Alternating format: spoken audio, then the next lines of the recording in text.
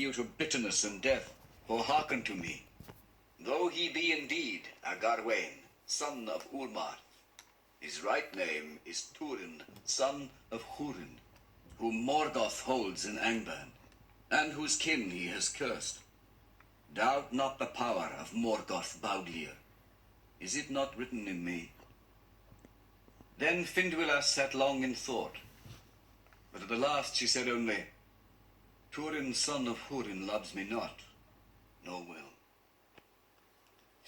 Now when Turin learnt from Findwilas of what had passed, he was wrathful, and he said to Gwyndor, In love I hold you for rescue and safekeeping, but now you have done ill to me, friend, to betray my right name and call my doom upon me, from which I would lie hid. But Gwyndor answered, The doom lies in yourself, not in your name. When it became known to Orodreth that the Mormegil was in truth the son of Hurin Thalion, he gave him great honor, and Turin became mighty among the people of Nargothrond. But he had no liking for their manner of warfare, of ambush and stealth and secret arrow, and he yearned for brave strokes and battle in the open, and his counsels weighed with the king ever the longer the more.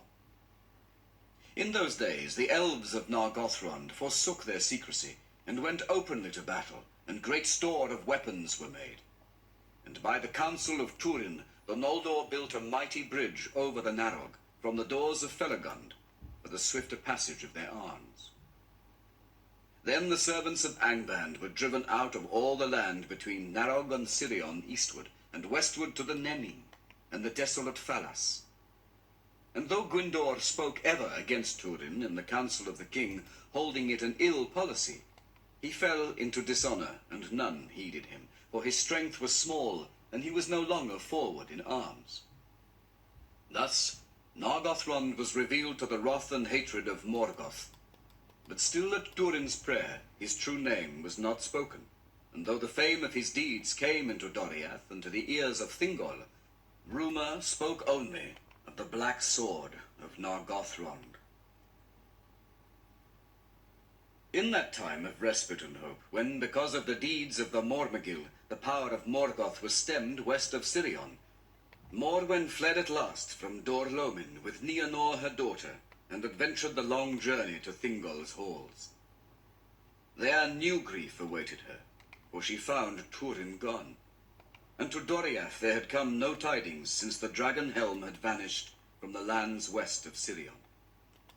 But Morwen remained in Doriath with Nienor as guests of Thingol and Melian, and were treated with honor. Now it came to pass, when 495 years had passed since the rising of the moon, in the spring of the year, there came to Nargothrond 2 elves named Gelmir and Arminas. They were of Angrot's people, but since the Dagor Bragolach, they dwelt in the south with Círdan the shipwright. From their far journeys they brought tidings of a great mustering of orcs and evil creatures under the eaves of Eredwethrin and in the pass of Sirion. And they told also that Ulmo had come to Círdan, giving warning that great peril drew nigh to Nargothrond. Hear the words of the Lord of Waters, said they to the king. Thus he spoke to Círdan the shipwright.